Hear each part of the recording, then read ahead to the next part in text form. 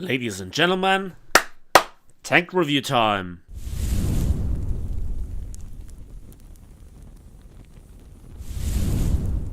Hello there, and welcome back to War Thunder, to the tank review on the VFW, or VFW, as you can pronounce it in German. Now, there are two different ways of playing this, and the secret is here for this premium vehicle that you can make the side skirts go up, and then you have the infamous death toaster, but you have to sacrifice then obviously the firing angles, and also you have to sacrifice reload. And so there you can see 2.6 seconds plus to the reload if you have the side skirts up. If the side skirts are down, it's more like one of the April Fool's event UFOs, and you can fire 360 degrees with a significantly faster reload. Since I think that this is the preferred and most effective mode to drive the vehicle in, this is the one that I want to review.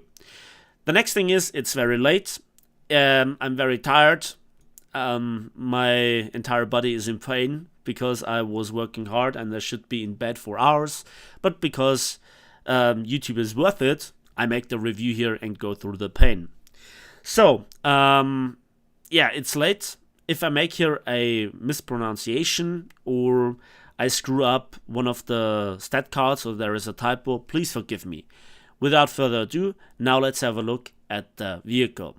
So this German 5.7 premium tank destroyer is there at rank 3, and there you can find it in the list. Yeah, quite a long premium line that we have already for the Germans. So let's begin now with the review with the armor. And what should I say? Well, what armor? The hull is between 15 and 20 millimeters. There might be some additional tracks with 20 millimeters, but that's not really worth talking about. The next thing is that there is this huge gun shield, and that is only 12 millimeters thick. So you can easily take out the crew that is located in the, if you will, turret section of this tank with heavy machine guns. With 50 cals, you can take them out. The next thing is that it looks here very big in terms of a gun breech, but this is actually not the gun breech. The gun breech is only this little part.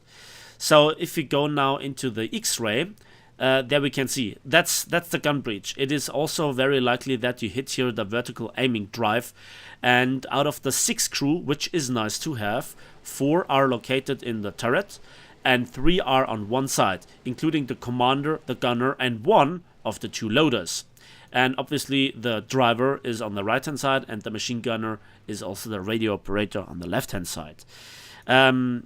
Details like the powertrain with the engine in the back and going forward to some transmission that potentially could absorb here any sort of shells, it doesn't really matter because the armor is so thin. And you also can see that the ammo racks are very flat but hard to miss. So maybe a shell can go through this and just miss the ammo racks. But if somebody is aiming there and he knows where he should aim for, like here, then it is very likely that he hits the ammo. And you could take out half the ammo, and this is a way to play. But if you are in that kind of situations, you probably have other problems.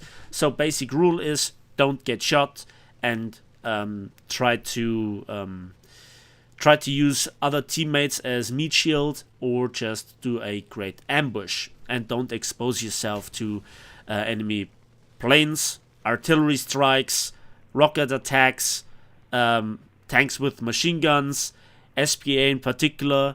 They're all your arch nemesis. Everything is your arch nemesis, in fact. So the tank survivability, yes, the armor is thin enough so that a lot of shells can go through, and even Russian APHE BC round fuses, they just activate after 15 millimeters of steel and not 12 millimeters. So this is a saving grace, but therefore you have to pay with your vulnerability towards machine guns. So that's already everything that you need to know. It is a huge target, it is very vulnerable, it is not very well suited for frontline duties. And now let's have a look at the mobility and the firepower. When it comes to the mobility, the VFW is kind of mediocre compared to a lot of the other tanks and is not outstandingly good. But it is significantly better than the battle rating equivalent in the German tech tree, that is the Waffenträgergruppe Steyr. It is very comparable in some aspects to the RL-44, and the outstanding thing here is that the top speed is 60 km per hour, which only under the very best of circumstances you can actually achieve, but in reverse the tank is pretty terrible with only -4 km per hour. That is Panther style. Then there is also, very untypical for a German vehicle, no neutral steering. And so the combination of lack of reverse gear, or very bad reverse gear, no neutral steering, and not an excellent horsepower to ton ratio is that especially on medium and soft terrain or muddy terrain, the tank is in close quarter fight, not very agile. In fact, it is still bad. It's not very bad like the Waffenträgergruppe Steyr, but it is significantly more sluggish than you would expect. Now let's talk about the business end of this tank, and that is obviously the 88mm Flak 41, which is kind of similar in its overall performance to the Waffenträgergruppe Steyr's Pak 43. You have 48 shells, that is quite a lot, and the reload in the open configuration is an astonishing 4.0 seconds. That is just simply outstanding. In the death toaster format it would be 6.6 seconds, which then would be still pretty good but not outstandingly good. And so the reload is really spicy. The turret rotation on the other hand is not the worst, but also far from being the best. 10 degrees per second when it is at its maximum or close to its maximum, let's say a fully trained crew with the expert qualification, then you are okayish if you don't get surprised from right to the side, and if you have a few seconds to prepare with then the turning. And so the lack of turret rotation speed and also the turning capabilities of the hull, horsepower to ton ratio, and also lack of neutral steering just kind of make it sometimes really awkward. What is really terrible is the only 3 degrees of gun depression. On the other hand, it is designed as an anti-aircraft vehicle in its origin. However, you have 90 degrees of gun elevation, and so I can imagine that a lot of people are looking forward to getting into awkward positions to then snipe enemy tanks from the top or from awkward positions where they don't get expected, or another tank just wouldn't have the gun elevation to do so. The tank has 3 shells. The first stock shell, if you will, which is for free, is the Panzergranate 3943, and to make it quick, that's the only shell that you ever really need. It is very similar to, or it is the very same shell that all the long 88s fire, however it has a little bit less muzzle velocity, 980 meters per second compared to 1000 meters per second, and therefore we have a little bit less penetration.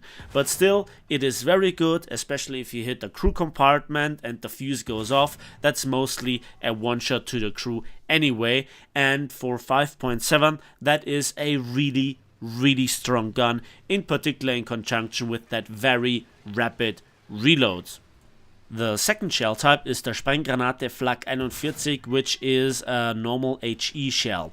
Now, there are a few things to note here. First of all, you might want to use some of them since you have no machine gun, and some of the enemy tanks that you might engage, such as some of the Russian potato trucks or lightly armored SPA, where your normal AP-CBC will overpen, you then have to go back to the HE and then try to kill them.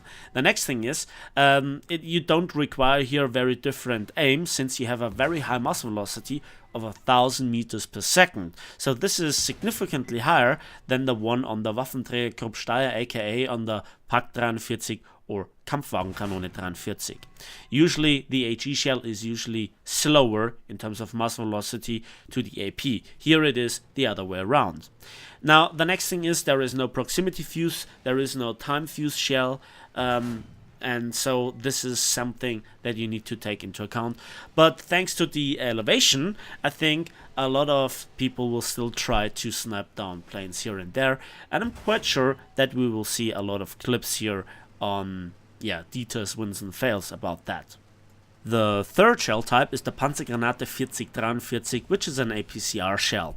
Now, usually nobody uses it. First of all, it costs silver lines. Second of all, the performance against angled armor is not as reliable as with armor-piercing rounds.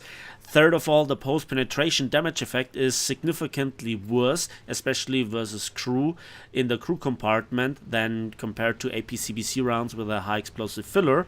And I think there is maybe a little bit of an advantage when it comes to the muzzle velocity, so you can lead better, or when you are in an ambush position and you have to shoot through the engine of a tank to hit the crew, then an APCR is to be preferred. Again, very nice to switch between the shell types if necessary because of that very, very quick reload. Statistically, this is now what I think you can press the VFW into, and you can see that it is not really outstanding aside from the reload, and the firepower at this battle rating is already escalating for tank destroyers quite a bit, but is still in reasonable terms, I'd say. And I think that the tank pays a hefty price for this gun performance. The elevation speed is not really outstandingly good. You don't have flak shells. You don't have any sort of meaningful armor. Your mobility is okay-ish, but not really amazing. And okay-ish means that you are mediocre. So the tank can get flanked. It doesn't have any sort of machine gun. It doesn't have an artillery strike. It doesn't have any source of smoke. The reverse gear is terrible. So this is definitely a tank that is nice to play under the right circumstances. It is very, very satisfying if you can kill anything with this long 88 or a derivation, the predecessor if you will. And this Flak 41 does the job really, really well. To bring the tank into position without getting into danger of getting shot, without getting disabled, where your team provides you with excellent cover fire, or also provides you with a good amount of air support or anti-CAS in particular, because the tank is highly vulnerable versus aircraft. It is like on a silver plate, quite literally on an armored plate if you will. So in this respect, the tank has many disadvantages, but it is in this respect also a bit typically German. One outstanding factor that I just don't get is that it seems like the shell is coming from above and just not really hitting quite there where you want. And as you could see here, that probably cost me a kill. On the other hand, the lack of armor is so good that it can survive a Russian 122mm shell and can then return the favor with a shot trap in this case. And even then, if you would dunk the first or the second or the third shell, you still would reload before the IS-2 would reload. And again, here was a lot of teamwork, really positive. I kind of like the tank, and it is definitely something special to play. There is a lot of fun when you move around with this as a quick toaster, if you will. And as I said, the gun does the job. But the big gun shield also looks kind of odd. And I think after a while, the tank isn't really anything special therefore. If you really want to have a long 88 at this battle rating, you take the Kruppsteier Waffenträger, and also the Nashorn has, I think, a 5.3 battle rating, so it's even lower. So yeah, it is unique with the two modifications, but not really exceptionally good. Let's have a quick look at this battle where I had 2 capture zones and 5 kills, 36,000 civil lines for this premium reward tank, but since I have a test drive, I think I don't have the civil line modifier for it, but still we have 4,500 research points and 1,915 score points for 4th place. So yeah, that is now the tank review on the FVW. It is certainly something outstanding to collect because of the shape and also because of the performance. The gun handling is very bad when it comes to the lack of gun depression, when it comes to the not so fast turret rotation speed. But once your gun is on target, then you have a 4-second reload if you go in this configuration, as you saw now in the background footage. So that's it for me today. Thanks for watching. Thanks for listening. I hope you enjoyed. Subscribe if you want to see more. Share this video with your friends. And also let me in the comment section know how long it took you to grind it, if it was worth it, if you get this because you like the performance or you are a collector. That's it for me today. So we'll see each other on the battlefields of War Thunder. Nice.